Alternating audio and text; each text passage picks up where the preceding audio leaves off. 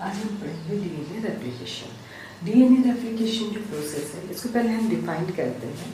तो DNA replication process में क्या होता है, जो एक डीएनए मॉलिक्यूल है, एक डीएनए मॉलिक्यूल वो बिल्कुल आइडेंटिकल अपनी दो रेप्लिका तैयार करता है। ठीक है, तो ओरिजिनल डीएनए मॉलिक्यूल का रेप्लिका तैयार होना, टू आइडेंटिकल रेप्लिका तैयार होना ही डीएनए रेप्लिकेशन कहलाता है। अब डीएनए रेप्लिकेशन के लिए बहुत सारे मॉडल्स दिए गए हैं, उन मॉडल्स को हम देखते हैं। तो सबसे पहले मॉडल है जो कहलाता है कंजर्वेटिव मॉडल। अगर हम ओरिजिनल डीएनए स्ट्रिंग को अगर हम इस तरीके से देखते हैं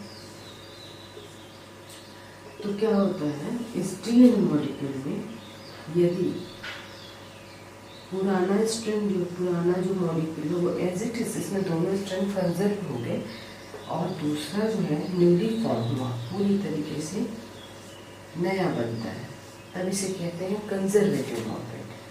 ये है कंजर्वेटिव मॉडल। और दूसरे केस में हम देखते हैं कि जो डीएनए मॉलिक्यूल है उसमें एक डीएनए का स्ट्रिंग जो है, दो मॉलिक्यूल में से एक स्ट्रिंग है वो पेरेंटल है और दूसरा रहता है वो न्यूली फॉर्म होता है। सिमिलरली दूसरे में भी एक पेरेंटल रहेगा और दूसरा न्यूली फॉर्म होगा। तो यहाँ पर हाफ वो ओल्ड वाला है और हाफ न्यू वाला है, तो हाफ कंजर्व हुआ है, इस तरह से सेमी कंजर्वेटिव मॉडल है। ये है सेमी कंजर्वेटिव मॉडल। अब उसके बाद थर्ड वाला हम देखते हैं। तो जो थर्ड वाला मॉडल है उसमें क्या होता है कि जो डीएनए मॉलिक्यूल है उसके जब रेप्लिकास तैयार होते हैं तो वो जो रेप्लिका होते हैं उसमें एक ही स्ट्रैंड में कुछ हिस्सा पुराना रहता है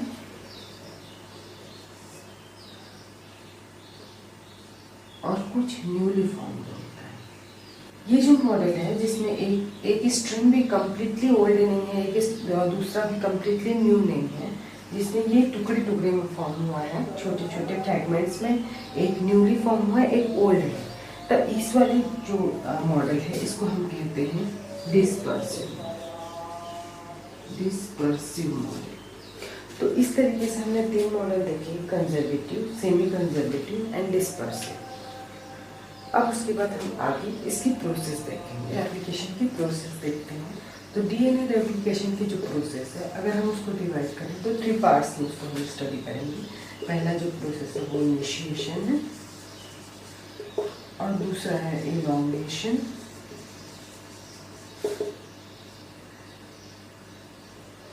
और थर्ड वाला है टर्मिनेशन।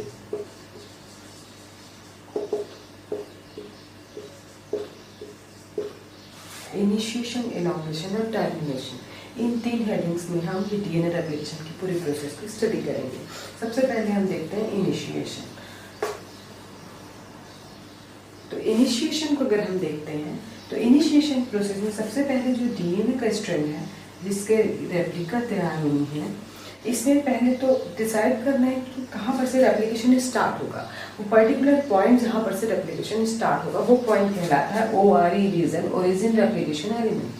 ठीक है, तो ये ओरिजिन रेप्लिकेशन जो एलिमेंट है वो AT रिच रीजन होता है, A+T, एडेनिन थायमिन। तो एडेनिन थायमिन जहाँ पर ज़्यादा पाए जाते हैं ये बॉन्डिंग, कम से कम 13, अगर 13 यहाँ पर हमको AT रिच रीजन कहीं पर मिल रहा है तो वो हमारा ORE रीजन होता है। तो ये जो ORE रीजन है, सपोज अगर हम मान लें ये वाला रीजन है, ORE रीजन है, ओरिजिन की जो जगह है उसको डिसाइड करता है ORC, ओरिजिन रिकॉग्नाइजेशन कॉम्प्लेक्स। तो ये आकर के पहले ORE रीजन को क्या करता है, आइडेंटिफाई करता है, रिकॉग्नाइज करता है। तो यहाँ पर अगर हम बना लेते हैं, इस पोर्शन को अगर हम बनाते हैं ORC रीजन के लिए, ORC ओरिजिन रिकॉग्नाइजेशन कॉम्प्लेक्स, ये रिकॉग्नाइज करेगा ORE को, तो इसका काम है रिकॉग्नाइज करना। अब उसके बाद जैसे ही यहाँ पर आकर के अटैच होता है तो यहाँ पर इसके अटैचमेंट से सीधे CDC6, cell division cycle protein 6 आकर के अपनी जगह पे इस कॉम्प्लेक्स में आकर के वो जुड़ जाता है। तो इसके ऊपर हम बना देते हैं CDC ये प्रोटीन आकर के ORC में अटैच हो जाता है। अब CDC6 वहां पर अटैच होता है तो दो और प्रोटीन है जिन्हें हम कहते हैं MCM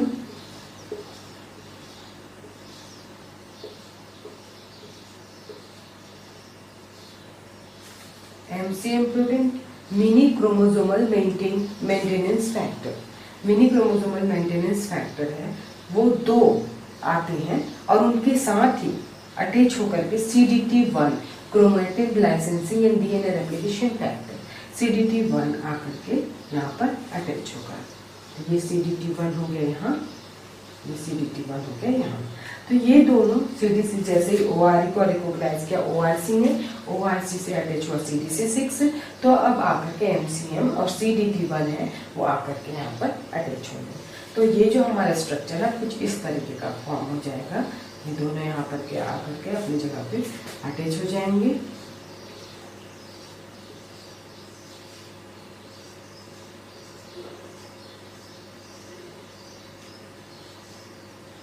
MCM अटैच हो गया और उसके साथ ही पीछे है CDT, तो ये CDT1 अटैच हो गया।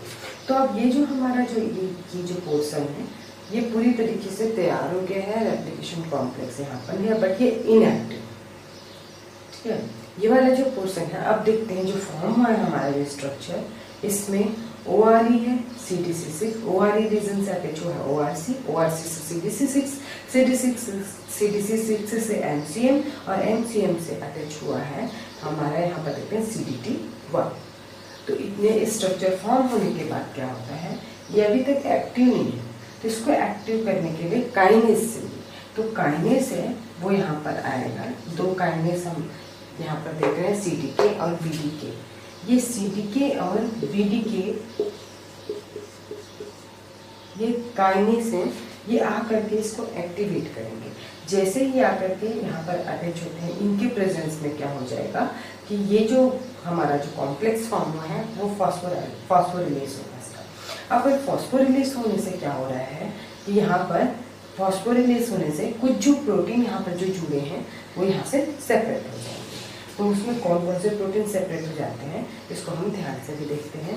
तो यहाँ पर सबसे पहले जो हमारा जुड़ा हुआ था ORC वो रिलीज हो जाएगा यहाँ से। फिर उसके बाद हमने देखा था CDC6 वो रिलीज हो जाएगा। उसके बाद हमने देखा था CDT1 ये रिलीज हो जाएगा। तो ये तीनों यहाँ से रिलीज काइनेस की एक्टिविटी से। अब ये रिलीज होते हैं तो साथ ही तो और प्रोटीन आकर के यहाँ अटैच होते हैं जिनका नाम है GIN प्रोटीन प्लस CDC45, ये दोनों आकर के अटैच होते हैं। अब इनके अटैचमेंट से जो हमारा जो स्ट्रक्चर है उसको अगर हम देखते हैं तो ये जो स्ट्रक्चर है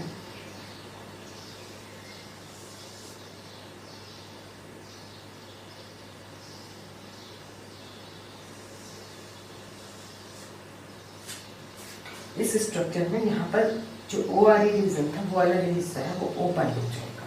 और ओपन होने के बाद क्या हो रहा है, अब जो हमारे पास है यहाँ पर इस जो कॉम्प्लेक्स है देखते हैं हम, ये जो MCM है वो यहाँ पर आकर के MCM अपनी जगह पे आ जाएगा।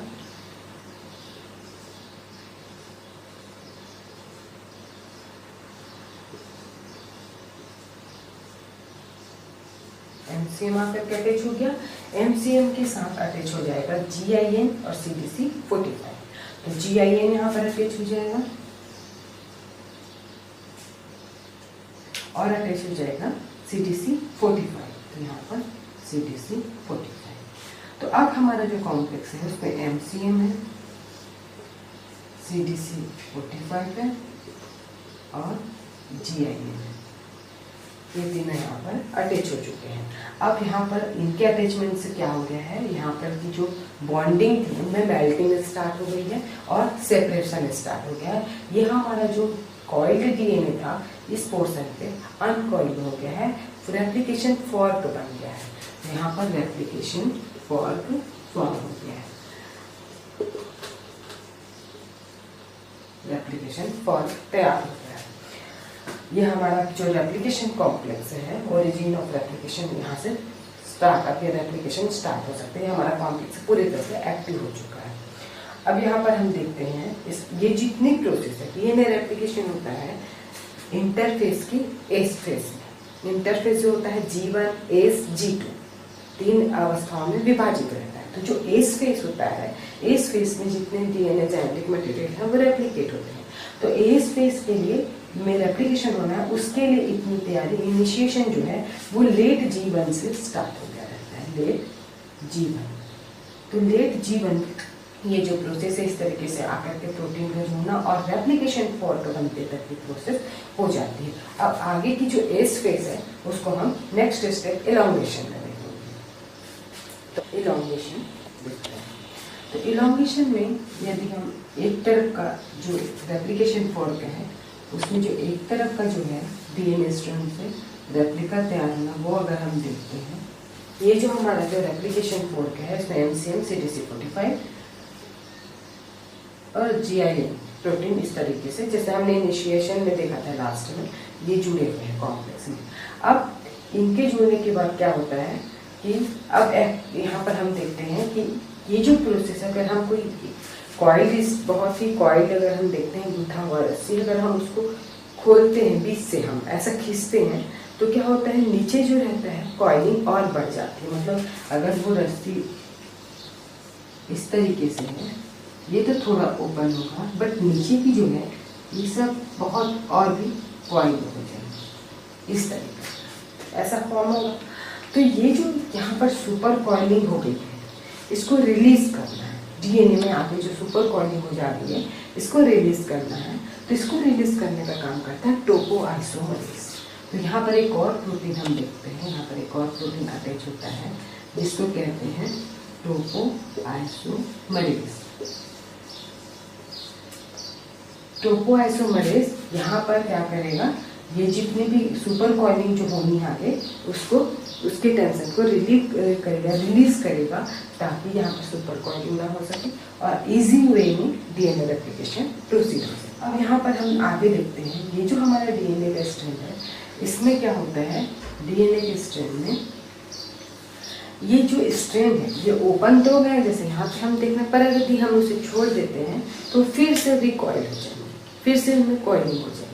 तो रिकॉइलिंग को बचाने के लिए यहाँ पे एक और विशिष्ट प्रकार का प्रोटीन है वो आकर बाइंड हो जाता है दोनों तरफ के स्ट्रैंड में और इसे कहते हैं single stranded binding protein SSB, single stranded binding protein.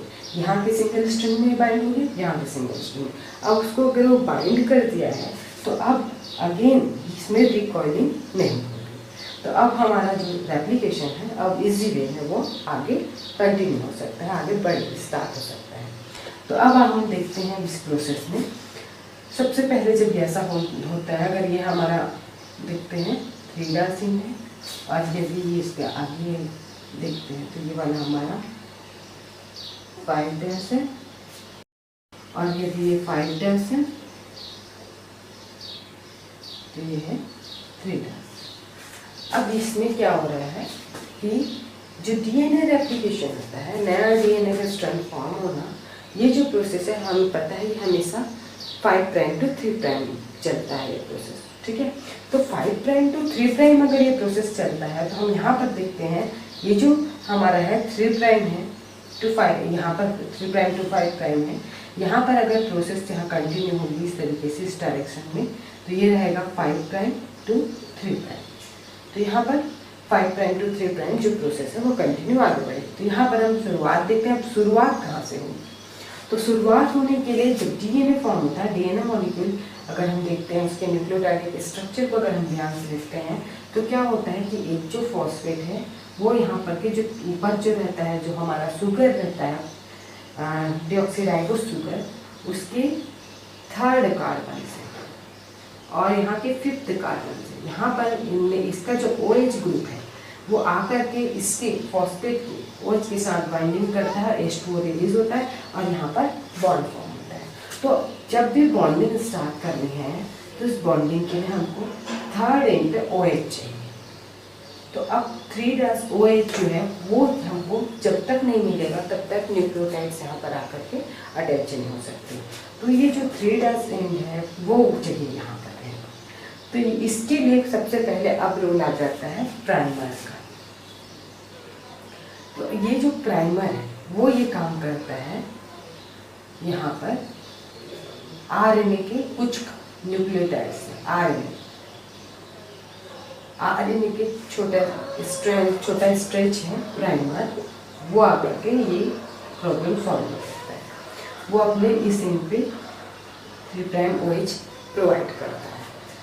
अब 3' OH ये प्राइमर प्रोवाइड करता है, पर ये आकर के जुड़ता कैसे है? With the help of primase. तो प्राइमेज आकर के पहले प्राइमर ऐड किया, प्राइमर का जो 3' OH जो इंट है उस OH इंट की मदद से आगे न्यूक्लियोटाइड्स यहाँ पर आकर के जुड़ते जाएंगे। तो अब यहाँ पर जो जुड़ने का काम है, ये प्रोसेस आगे बढ़ाने के लिए अगेन हमको एक एंजाइम चाहिए, वो है DNA पॉलीमरेज एप्सिलॉन। तो हम देखते हैं ये जो स्ट्रैंड होता है जिसमें पैरेंटल 3' to 5' है और न्यूली फॉर्म्ड का डायरेक्शन 5' to 3' है, यहाँ पर पॉलीमरेज एप्सिलॉन अपना काम करता है। तो यहाँ पर आकर के पॉलीमरेज एप्सिलॉन PCNA रिंग के साथ अटैच हो जाता है, PCNA रिंग के साथ आकर के यहाँ पर अटैच हो जाता है। तो ये जो PCNA रिंग है वो क्या करता है, जो पॉलीमरेज एप्सिलॉन है उस ये PCNA रिंग है एक प्रकार का, यहाँ पर ये देखिए क्लैम्प लोडिंग का काम करता है। तो उसको पकड़ के अपने स्ट्रैंड में रखा रहता है ताकि वो यहाँ पर से आकर के वो यहाँ से रिलीज ना हो सके और इजीली में वो क्या करें, न्यूक्लियोटाइड से जोड़ सके। तो पॉलीमरेज एप्सिलॉन है, PCNA रिंग के साथ यहाँ आकर के जुड़ गया और वो फिर यहाँ पर कंटिन्यूस आगे जो है न्यूक्लियोटाइड से जो है वो ऐड करते जाएगा, न्यूक्लियोटाइड से जो है ऐड होते जाएंगे। तो इस तरीके से जो प्रोसेस है वो 5' to 3' डायरेक्शन में मूव कर रही है। ठीक है, तो इस तरह से कंटिन्यूस यहाँ पर कंटिन्यूसली जो हमारा जो न्यूक्लियोटाइड है वो यहाँ पे ऐड होते जाएंगे और ये जो हमारा नया स्ट्रैंड है वो कंटिन्यूस फॉर्म होगा विदाउट एनी डिस्टर्बेंस। तो ये जो इस प्रकार का स्ट्रैंड है इसको कहते हैं लीडिंग स्ट्रैंड, जो क्या कर रहा है, कंटिन्यूस में फॉर्म करता है। अब यहाँ पर ये इसके जस्ट अपोजिट अगर हम देखते हैं तो यहाँ पर जो हमारा पैरेंटल स्ट्रैंड में देखते हैं हम तो 5' to 3'। अब जो नया अगर ऐसा फॉर्म होता है तो उसका डायरेक्शन हो जाएगा 3 to 5', जो कि पॉसिबल नहीं है। DNA जो है हमेशा फॉर्म करता है 5' to 3'। तो अब ये प्रोसेस कैसे आगे बढ़ेगी, तो यहाँ पर जो DNA मॉलिक्यूल का ये वाला जो एंड है, ये वाला जो स्ट्रैंड है वो आगे कॉइल हो जाता है। तो यहाँ पर ये देखते हैं ये जो हमारा है DNA का वाला स्ट्रैंड ये आगे आकर के सिर्फ कॉइल हो जाता है। कॉइल होने के बाद अब ये वाला है 5' और इधर हो जाएगा, यहाँ पर आगे हम देखें तो ये 3'। अब जो नया फॉर्म होगा अगेन वो इस तरीके से फॉर्म होगा 5' to 3', इस डायरेक्शन में फॉर्म होगा 5 to 3'। तो अब यहाँ पर देखते हैं इस तरीके से फॉर्म होने के लिए सबसे पहले फिर से हमें जरूरत है प्राइमर की। तो प्राइमर को अगेन यहाँ पर जो प्राइमर है उसको यहाँ पर अटैच करेगा, प्राइमर को अटैच करेगा प्राइमेज। प्राइमर को अटैच करने के बाद यहाँ पर अब प्राइमर यहाँ पर अटैच हो गया तो अब न्यूक्लियोटाइड्स ऐड होने हैं। तो जब प्राइमर अटैच होता है तब यहाँ पर पॉलीमरेज अल्फा, तो यहाँ पर आकर के पॉलीमरेज अल्फा कुछ न्यूक्लियोटाइड्स यहाँ पर ऐड कर देता है, कुछ न्यूक्लियोटाइड्स ऐड करता है। उसके बाद आगे की जो प्रोसेस है वो पूरा करता है पॉलीमरेज डेल्टा। तो अब जो बाकी की जो प्रोसेस है वो करेगा पॉलीमरेज डेल्टा। ठीक है, अब इसके बाद देखते हैं ये जो पॉलीमरेज जो प्रोसेस है पॉलीमरेज जो डेल्टा है वो PCNA रिंग के साथ यहाँ पर आकर के अटैच हो गया है। वही क्लैम्प होल्डर प्रोटीन यहाँ भी वही काम कर रहा है, पॉलीमरेज को अपनी जगह पे रखा है और आगे फिर न्यूक्लियोटाइड्स से ऐड होते जा रहे हैं। तो इस तरीके से ये जो न्यूक्लियोटाइड्स हैं वो ऐड होते जाएंगे। अब प्रोसेस आगे बढ़ रहा है। प्राइमेज है वो प्राइमर छोटे छोटे स्ट्रेच में फॉर्म कर दिया जाता है, क्योंकि ओपनिंग इधर होते जा रही है। जैसे एडेनिन प्राइमर जो है यहाँ पर हमको 3' OH चेन प्रोवाइड करेगा, और उस OH चेन के थ्रू फिर से पॉलीमरेज अल्फा आकर के कुछ न्यूक्लियोटाइड जोड़ेगा, फिर देन पॉलीमरेज डेल्टा आकर के फिर से प्रोसेस को आगे बढ़ाएगा। अब इस तरीके से ये प्रोसेस जो है ये आगे बढ़ते जाएगी। यहाँ पर ये पहला स्टेप था, ये सेकेंड है, फिर ये अगेन होगा, फिर इस तरीके से छोटे छोटे पैचेस में ये जो प्रोसेस है आगे बढ़ते जाएगी। थर्ड स्टेप था टर्मिनेशन।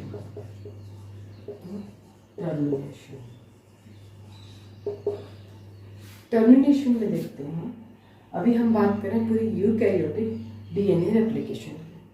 तो अब यहाँ पर अगर हम शॉर्ट में देख लें तो जब सर्कुलर डीएनए रहता है, सर्कुलर डीएनए में क्या होता है कि जो दोनों तरफ के रेप्लिकेशन फॉर्म हैं वो एक जगह पे मीट होते हैं, और एक जगह पे जैसे ही मिलते हैं हमारा न्यू स्ट्रैंड इस तरीके से फॉर्म हो रहा है। तो यहाँ पर यूबिक्विटिन प्रोटीन की हेल्प से यहाँ पर जो हमारा जो MCM था, GIN था, CDT था, वो क्या हो जाता है, सेग्रीगेट हो जाता है दोनों तरफ का। तो ये जो इस तरीके से GIN था और CD, तो ये क्या हो जाता है, सेग्रीगेट, ये सेपरेट हो जाते हैं। और सेपरेट होने के बाद चूंकि ये जो कॉम्प्लेक्स है वो सेपरेट हो गए, तो डीएनए रेप्लिकेशन जब दोनों पास आते हैं फिर डीएनए रेप्लिकेशन एंड हो जाती है। परंतु अब हम लीनियर डीएनए में देखते हैं, क्योंकि हम बात कर रहे हैं यूकैरियोटिक की, तो हम पहले लीनियर डीएनए देखते हैं। तो लीनियर डीएनए को अगर हम देखते हैं तो लीनियर डीएनए में क्या होता है, इस तरीके से रेप्लिकेशन की जो प्रोसेस है वो, अगर ये 3' है, ये 5' है, ये वाला अगर 5' है तो ये वाला 3' है। यहाँ पर जो डायरेक्शन रहेगा वो जो रहेगा फॉर्मेशन का वो रहेगा इस तरीके से 5' to 3', और यहाँ जो डायरेक्शन है ये ऐसा रहेगा 5' to 3', ओवरऑल रेप्लिकेशन का डायरेक्शन इस टाइप। तो अब हम देखते हैं ये जो हमारा जो प्रोसेस है इसमें क्या हो रहा है, यहाँ पर प्राइमर ऐड हुआ था 5' में, यहाँ पे प्राइमर था जिसने फॉर्म किया, यहाँ प्राइमर था, बीच में और भी प्राइमर थे, बाद में वो फैन इंडोन्यूक्लियस के तरह हटा दिए गए थे, और उसके बाद पॉलीमरेज ने वहाँ पर फिर से यहाँ पर डाल दिया था न्यूक्लियोटाइड्स और लाइगेज ने मीट को सील कर दिया था। अब जो यहाँ पर जो प्राइमर यहाँ पर था, यहाँ पर वाले के लिए 3' OH ग्रुप है, तो 3' OH ग्रुप है, तो ये आगे जो टीलोमियर रिंग है लास्ट होता है जो क्रोमोसोम का, तो टीलोमियर एंड जो है वहाँ तक ये पूरा रेप्लिकेशन कंटिन्यू होगा। पर जो दूसरे स्ट्रैंड की हम बात कर रहे हैं, जो 5' to 3' था पैरेंटल स्ट्रैंड, उसमें जो न्यूली फॉर्म हो रहा है उसमें यहाँ पर प्राइमर था 5' वाली जगह पे, वो प्राइमर रिमूव हो गया, और यहाँ से ये जो इस तरीके से पूरा कंप्लीट हमको न्यूली फॉर्म्ड स्ट्रैंड दिख रहा है।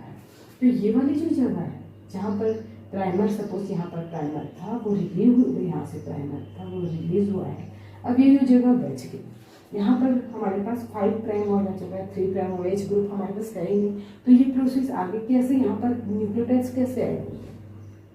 यदि न्यूक्लियोटाइड ऐड नहीं होते हैं तो यहाँ पर जो स्ट्रैंड है यहाँ पर छोटी हो जाएगी, और आगे जनरेशन में ये कंटिन्यू छोटी छोटी होती जाएगी। तो ये प्रॉब्लम कहलाता है टीलोमियर प्रॉब्लम। तो ये जो टीलोमियर वाले पोर्शन है, टीलोमियर वाले जो पोर्शन है, यहाँ पर अगर हम देखते हैं तो यहाँ पर जो जी है, जी बेस ज़्यादा होता है, तो ये यहाँ पर देखते हैं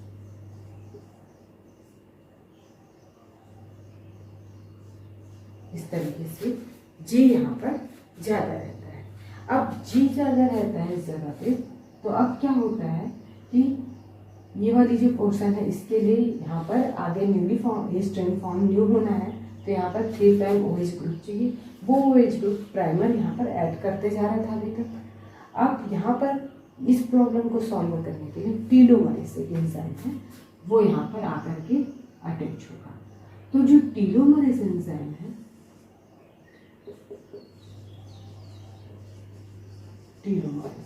जो टीलोमरेज एंजाइम है ये एक प्रकार का रिवर्स ट्रांसक्रिप्टेज एंजाइम है।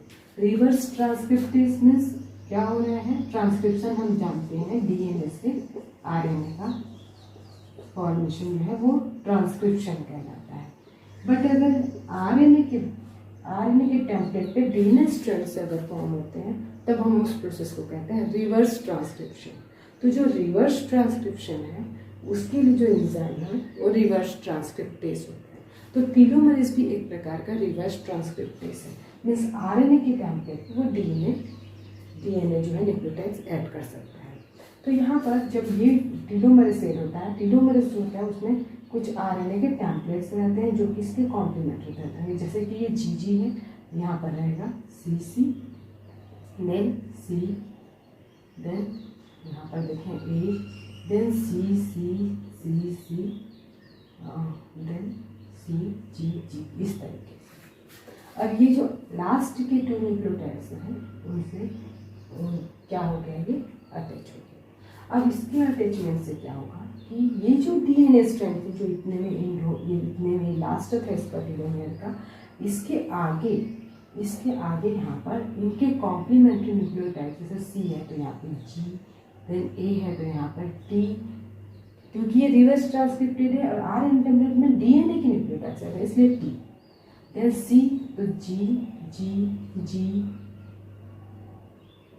जी, देन सी सी, इस तरीके से यहाँ पर एक स्ट्रैंड फॉर्म हो जाएगा। ठीक है, तो ये फॉर्म होने के बाद क्या होगा, टीलोमरेज अगेन लास्ट के 2 न्यूक्लियोटाइड्स जो है उन्हें फिर से अटैच होगा। यहाँ पर एक और यहाँ पर देखते हैं अगेन यहाँ पर टीलोमरेज अटैच होगा जिसमें सी है तो जो रहेगा ये, अगर टीलोमरेज अगर देखते हैं तो सी है तो जी जी, और इस तरीके से ये फिर से आगे फिर से यहाँ पर जो स्ट्रैंड है वो 1 स्टेप और आगे बढ़ेगी। अब इतना करने के बाद टीलोमरेज से वो रिलीज हो जाता है, यहाँ से रिमूव हो जाता है।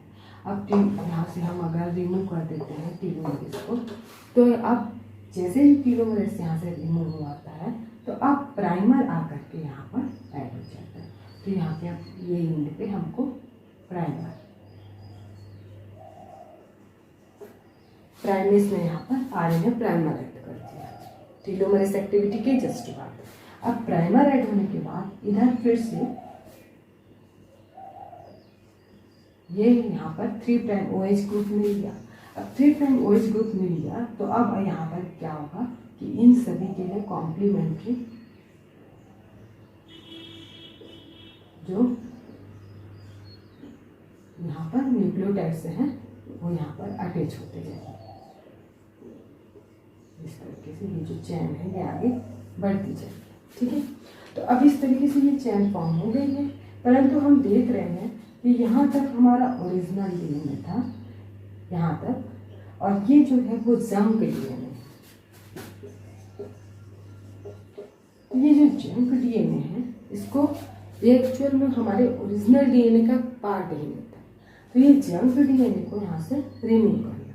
तो यहाँ पर प्राइमर को रिमूव करने के लिए अगेन एंडोन्यूक्लियस फैल1 यहाँ पर आकर के प्राइमर को रिमूव करता है और प्राइमर यहाँ से रिमूव हो जाता है।